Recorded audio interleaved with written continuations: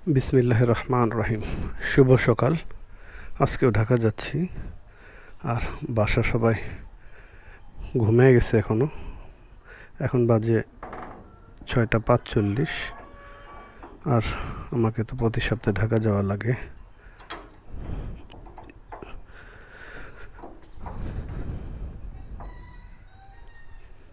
পরিবারের সবাই ঘুমে, আর আমি এখনই রওনা দিয়ে দিচ্ছি ঢাকার উদ্দেশ্যে। যেহেতু প্রতি সপ্তাহে ঢাকা যাই, আর আমাকে আমার এই ভালোবাসার বাইকটা নিয়েই যেতে হয়। এই যে এটা আমার বাইক, আর এই বাইকটা নিয়েই সবসময় আমার পথ চলা। আমাকে যথেষ্ট সাপোর্ট করে, এবং এটা আমার সবসময়ের সফর সঙ্গী। তো সামনের দিকে যাই এবং আপনার সাথে থাকেন। বিসমিল্লাহির রহমানির রহিম। বিসমিল্লাহ। প্রচণ্ড বৃষ্টি ছিল বেশ কিছুদিন, আজকে বৃষ্টি নাই। গতকালকে প্রচুর বৃষ্টি, আর ওই যে দেখেন জমির মধ্যে পানি এসে গেছে, চকগুলো পানিতে ভরে গেছে একবারে। তো এইভাবেই আমার পথ চলা, আর এই বাইকটা নিয়ে আমি পথ চলি সব সময়। আর আমার বাসার থেকে বের হইতে গেলে সামনে যেরকম একটা রাস্তা, আর রাস্তার এখানে আসলে বাইকটা স্লো করে হর্ন দিয়ে দুই পাশের দিকে বের হতে হয়। হুটহাট গাড়ি বিভিন্ন জায়গা থেকে চলে আসে, সতর্ক থাকা লাগে।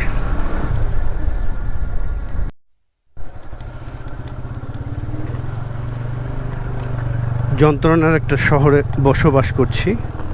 মানিকগঞ্জ জেলার পৌরা এলাকার 3 নম্বর ওয়ার্ড এটা।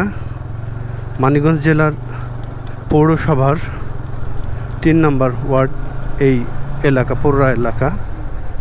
আর আমাদের এলাকার রাস্তাঘাটগুলো দেখতেই পাচ্ছেন।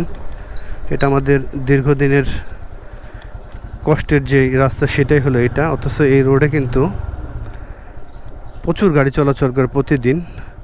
বিভিন্ন ধরনের বড় বড় ট্রাক চলাচল করে। আর একটু বৃষ্টি হলেই এই রাস্তার অবস্থাটা দেখেন কী অবস্থা, একদম কাদায় পরিপূর্ণ।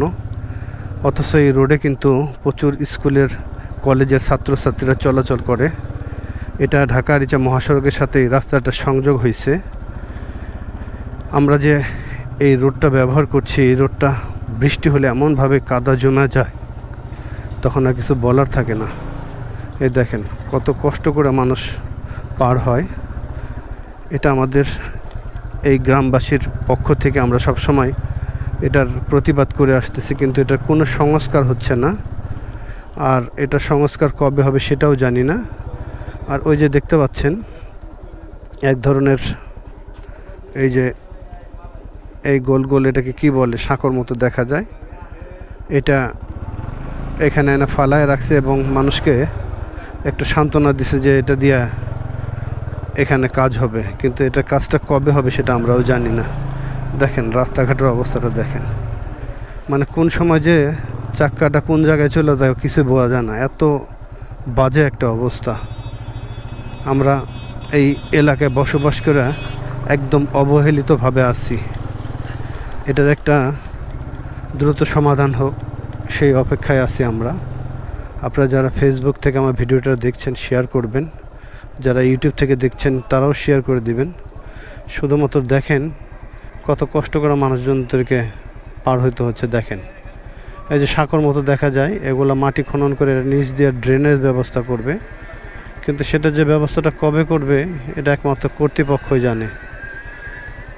সর্বোপরি আমাদের এই এলাকাবাসী একটাই দাবি, খুব দ্রুত এই রাস্তাটাকে সংস্কার করা হোক, যেহেতু এই রাস্তা দিয়ে হাজারো মানুষের পথ চলা প্রতিদিনের, সেই আর কি। তো সে পর্যন্ত সবাই ভালো থাকবেন। আল্লাহ হাফেজ।